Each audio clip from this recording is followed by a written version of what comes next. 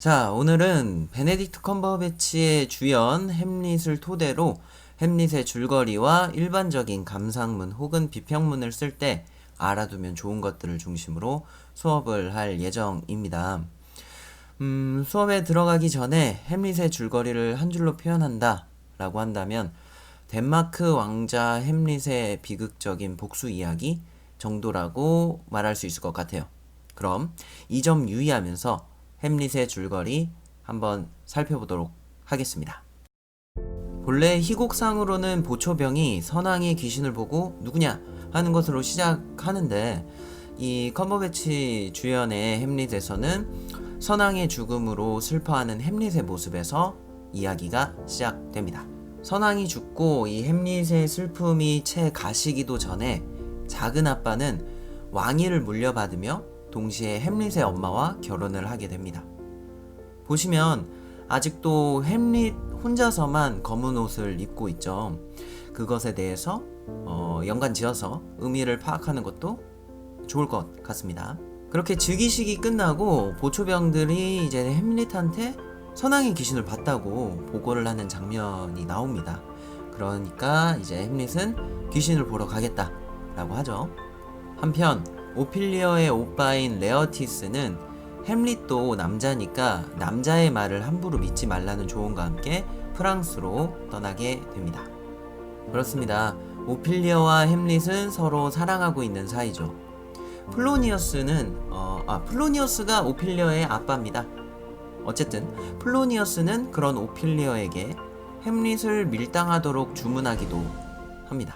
다시 햄릿으로 돌아와서 햄릿은 선왕의 귀신과 마주하게 되고 선왕이 말하기로는 자신이 숙부의 계략으로 죽었으니 복수를 해달라고 햄릿에게 부탁을 합니다. 이에 햄릿은 그 선왕의 부탁을 들어주기 위해, 그러니까 자신의 복수를 들키지 않기 위해서 궁 안에서 미친 척을 하게 되죠.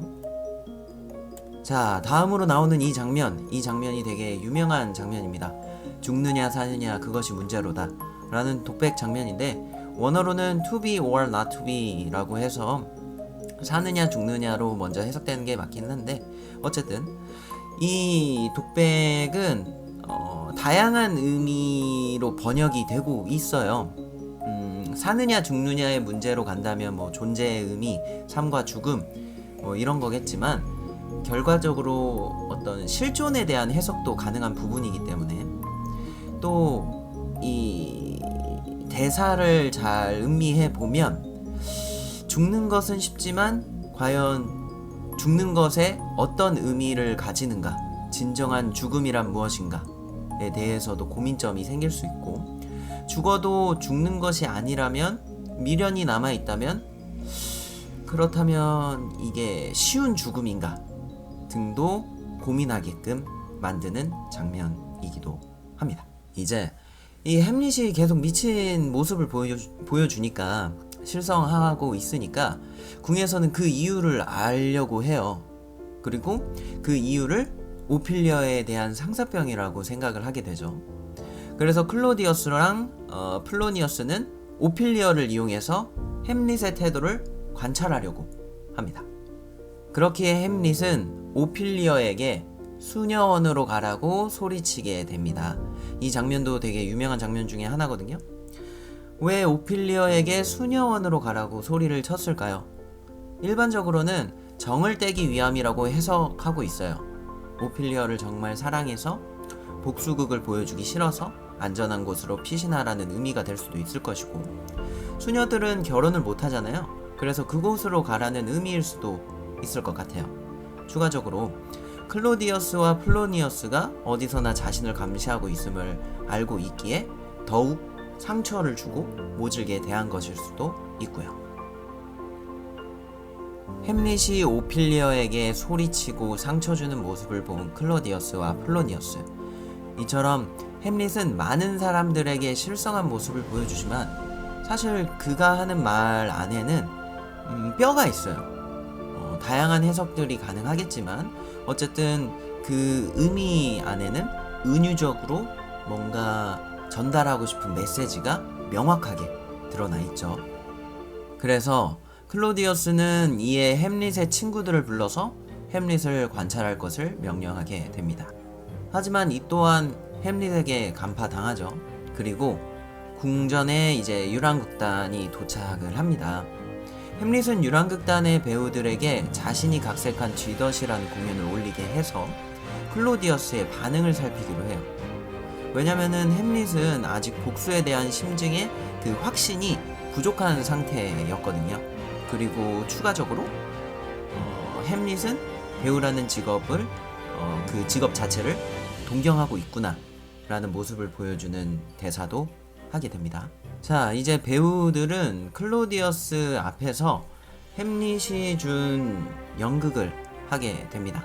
그 연극의 내용은 암살의 내용을 담고 있는데 왕위를 노리고 왕을 독살하는 장면이 담겨져 있고 그 장면에서 불편함을 느낀 클로디어스가 자리를 떠나게 됩니다.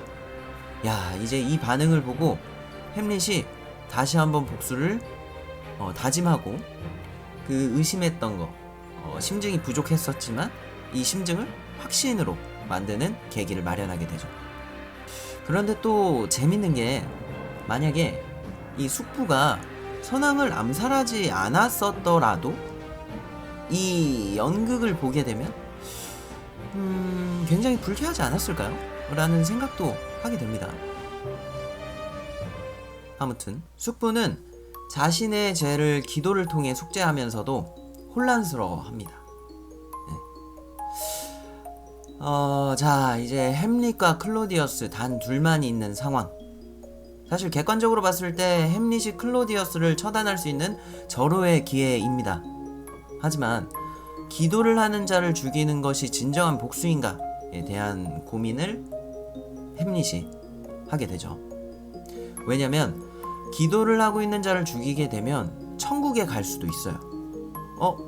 그렇다면 이건 복수가 아니잖아 라는 생각에 빠져든 거죠. 그래서 고민을 하는 거고, 이것은 앞서 사느냐 죽느냐 그것이 문제로다에 대한 어떤 고찰과도 연관이 될 수도 있을 것 같아요. 어쨌든 그거랑 관련된 이야기는 더 딥하게 들어가면은 친구들한테 무리가 될 수 있으니 여기까지만 하도록 할게요. 그래서 햄릿은 다음에 위에 이러한 이유들로 다음을 기약하며 이 자리를 뜨게 됩니다. 이 때문에 이 장면이 우유부담함을 상징하는 햄릿형 인간의 모습이 제일 잘 드러난 부분으로 종종 소개되곤 하는데요. 과연 햄릿은 정말 우유부단한 사람일까? 아니면 오히려 신중한 사람인가에 대해서도 한번 고민을 해보면 좋을 것 같아요. 이번에 햄릿은 엄마를 설득하러 갑니다. 하지만 이 설득하는 장면이 다소 거칠게 그려져요. 이마저도 사실은 엄마를 사랑하기 때문에 엄마를 정신 차리게 하기 위해서 그런 걸 겁니다. 그리고 이어지는 초상화를 비교하는 이 장면. 이 장면도 유명한 장면 중에 하나인데, 햄릿은 진실되게 선왕과 지금의 왕, 그러니까 숙부의 초상화를 비교해 가면서 엄마의 잘못을 따지게 됩니다. 그래서 간혹 이 장면에서 오이디푸스 컴플렉스를 더 부각시켜서 엄마를 사랑하는 모습을 강조한 연출을 하기도 해요. 그런데 이 햄릿의 태도가 너무 거칠었던 탓일까요? 죽은 선왕이 모습을 보입니다. 네. 그런데 이 죽은 선왕의 모습을 엄마는 볼 수가 없어요. 그렇기 때문에 이 귀신 죽은 선왕을 의식하는 햄릿의 모습을 보고, 와, 이 햄릿이 진짜 단단히 미쳤구나 라고 생각을 하고 더욱더 겁을 먹게 됩니다. 그러는 와중에 어디선가 움직이는 소리를 들은 햄릿은 누군가가 자신을 훔쳐보고 있다고 생각을 했고, 그 자가 클로디어스라고 의심을 하고 칼을 들어 찌르게 됩니다. 하지만 그 사람은 안타깝게도 클로디어스가 아닌 오피리아의 아빠 폴로니어스였죠. 이러한 사건이 있은 후 햄릿의 광기를 주체하지 못할 것 같은 클로디어스는 언젠가 햄릿에게 죽임을 당할 수 있을 거라는 생각에 햄릿을 추방하게 됩니다. 그리고 몰래 햄릿을 암살하려는 계획이 담긴 친서까지. 한편 오피리어는 자신이 사랑하는 사람 햄릿이 자신의 아버지를 죽인 것으로 인해 실성을 하게 됩니다. 작품 전체가 셰익스피어 작품은 운문체로 되어 있어요. 원어는 특히 더. 그래서 은유적인 표현이 많은데 이 부분에서 그녀가 하는 노래라던가 대사들이 재밌는 은유가 많습니다. 그래서 이 은유도 분석해보고 의미를 파악해보면 좋을 것 같아요. 자, 플로니어스도 죽었고 오피리어도 실성한 상태입니다. 이에 레어티스는 다시 궁으로 돌아오게 되는데요. 여기서 레어티스의 비극은 끝나지 않았죠. 플로니어스의 죽음과 함께, 아빠의 죽음과 함께 오피리어도 결국 자살을 하게 됩니다. 아빠의 죽음과 누이의 죽음, 여기서 레어티스의 분노는 극에 치닫게 됩니다.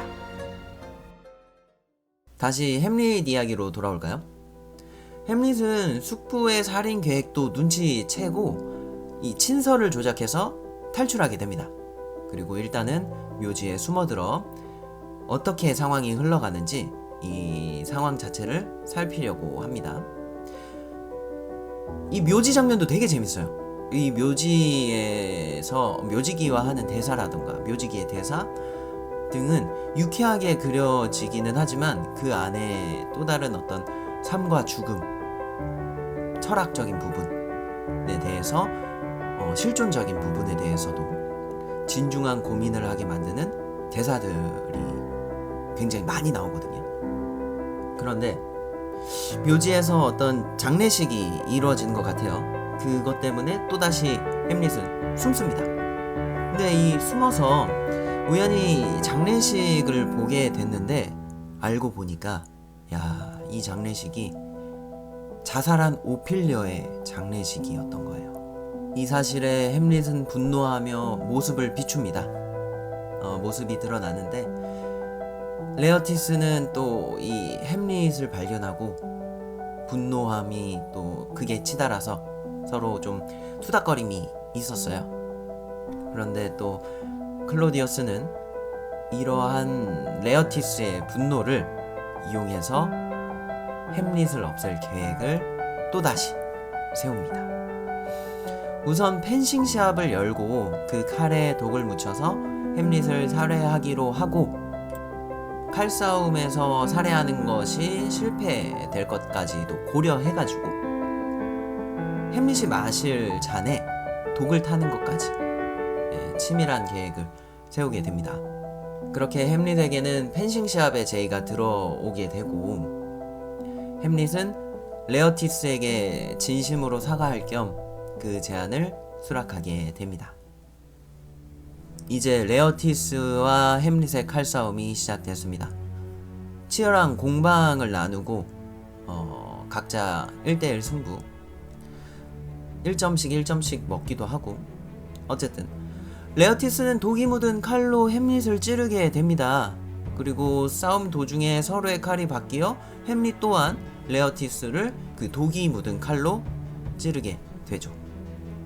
그리고 왕비는 자신의 아들인 햄릿의 승리를 기원하면서 햄릿이 거부한 잔을 대신 마셔주겠다며 승리를 기원하며 햄릿이 마셔야 할 독잔을 마시게 됩니다.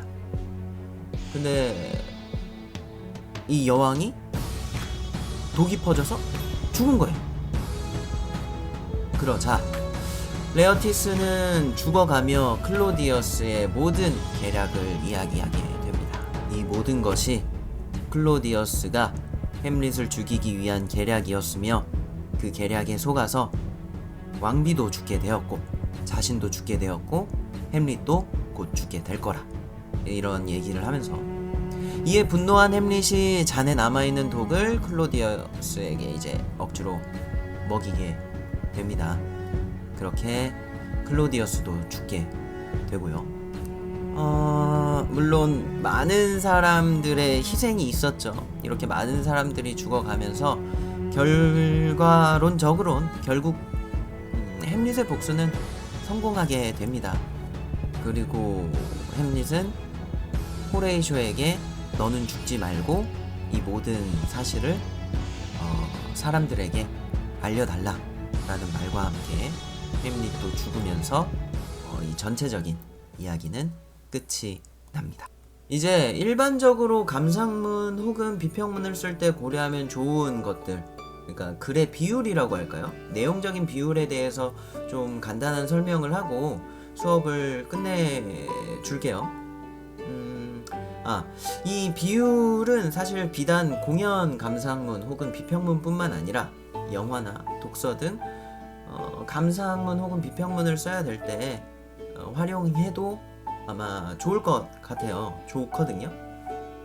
그리고 이제 이것들이 어느 정도 적당히 훈련이 된다면은 이 안에 자신만의 개성이 담긴 독창적인 글쓰기, 자신만의 필력이 담긴 글을 쓰면은 물론 개연성이나 논리성도 갖추어진 상태에서 쓰게 되면은 정말 좋은, 괜찮은 감상문 혹은 비평문이 만들어질 겁니다. 자, 우선 첫 번째, 전체에서 한 10% 정도 되는 부분은 관람 전 기대라던가 무대에 대한 묘사 및 느낌, 또 이 감상문을 처음 읽는 사람이 있을 거 아니에요. 자신이 쓴 감상문을.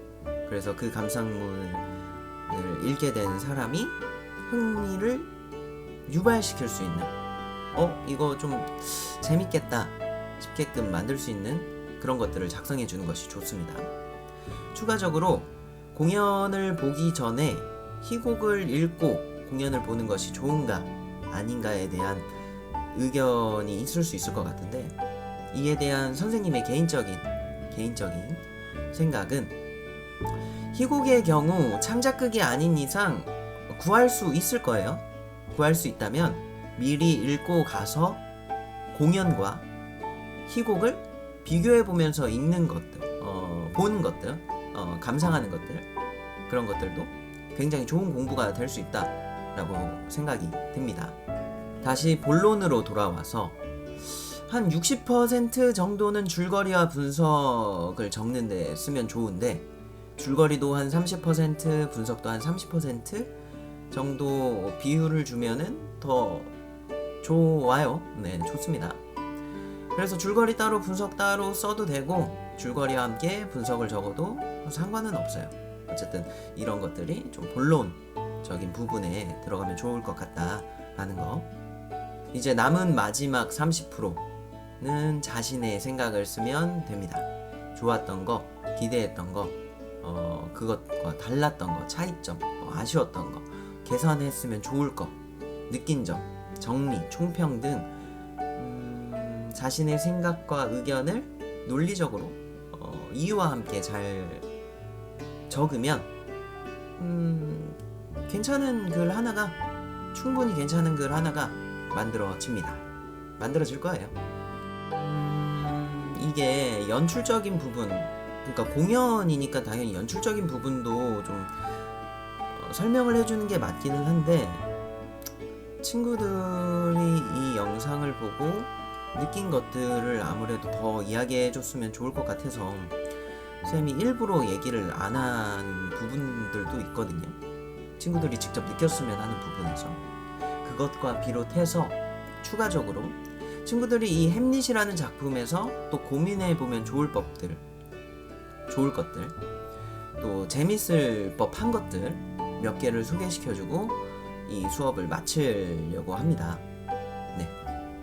첫 번째로는 햄릿을 비롯한 셰익스피어의 희곡 작품은 하나의 운문체이며 시라는 점에 집중을 하면 좀 재밌을 것 같아요. 네. 또 두 번째로는 흔한 해석은 아니지만 이런 해석도 가능하다는 점에서 한번 이야기를 해보고 싶었어요. 만약에 선왕의 귀신이 헛것이고 이 모든 것들이 햄릿의 망상이었더라면 또 어떻게 흘러갔을까 라는 거. 이런 식의 연출을 하기도 하거든요. 일부러. 세 번째로는 사실 햄릿이 이 숯불을 왕으로 그냥 인정을 해버리고 왕위를 이어가면은 평탄한 삶을 살 수 있었을 것 같거든요. 그런데 왜 이런 선택을 했을까? 그리고 만약에 나라면, 내가 햄릿이라면 어떻게 복수를 했을 것이고, 혹은 복수를 안 했을 것인가? 왜 복수를 안 했을 것인가? 그러니까 나라면 어땠을까? 라는 것을 한번 생각해봐도 재밌을 것 같아요. 자, 결과적으로는 모두가 죽은 이 햄릿의 복수극, 과연 성공적이라고 말할 수 있을 것인가? 모두가 죽었기 때문에 이것을 비극으로 분류하는 거겠죠. 어쨌든 이 햄릿의 복수는 과연 성공적인 것인가? 라는 점. 마지막 다섯 번째, 햄릿은 정말 우유부단한 사람인 것인가? 신중한 사람일 수도 있지 않을까? 라는 것. 이 외에도 뭐 여러가지 고민점들이 있고 재밌는 소스들이 있죠. 그런 것들을 고려하면서 자신의 생각을 녹여서 글을 쓴다면은 글을 좀 더 길게 쓰는데 도움이 될 거라고 생각이 돼서 한번 제안을 해봅니다. 이제 정말로 슬슬 오늘 수업을 끝내려고 합니다. 참고하면 좋은 영상들 추천도 링크 달아줄게요. 끝으로 쌤은 어쩔 수 없이 친구들이 작성해준 감상문이라던가 비평문을 참 웃깁니다. 웃기기는 하지만 적절한 기준을 나름 정하고 점수를 환산해서 낼 수밖에 없는 위치입니다.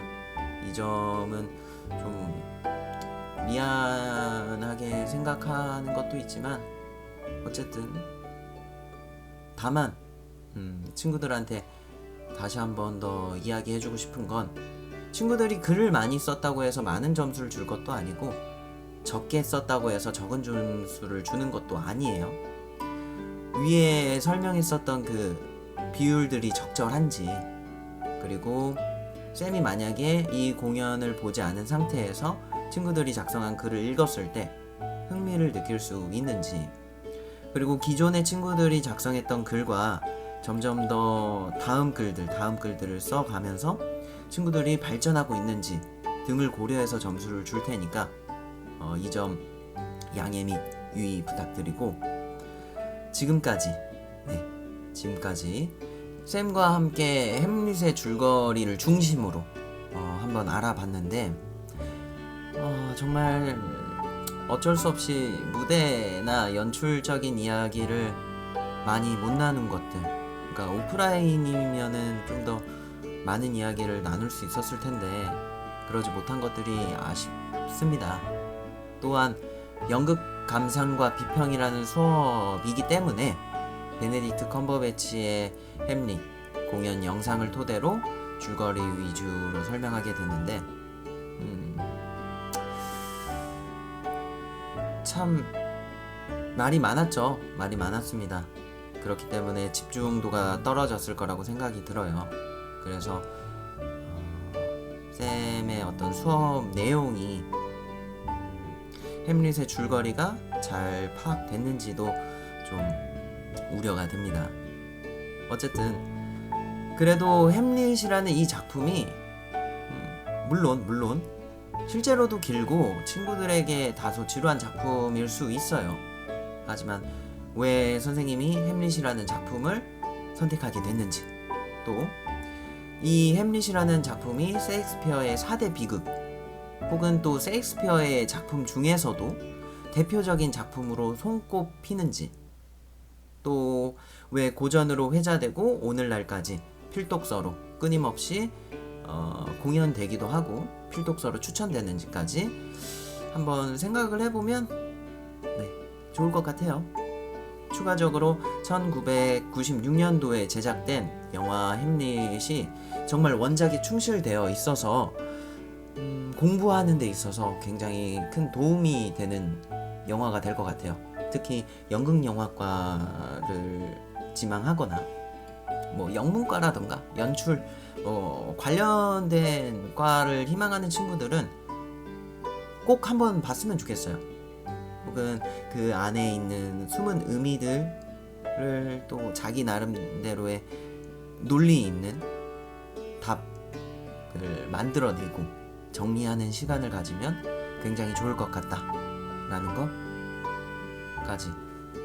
오늘은 정말 여기까지. 그럼 안녕.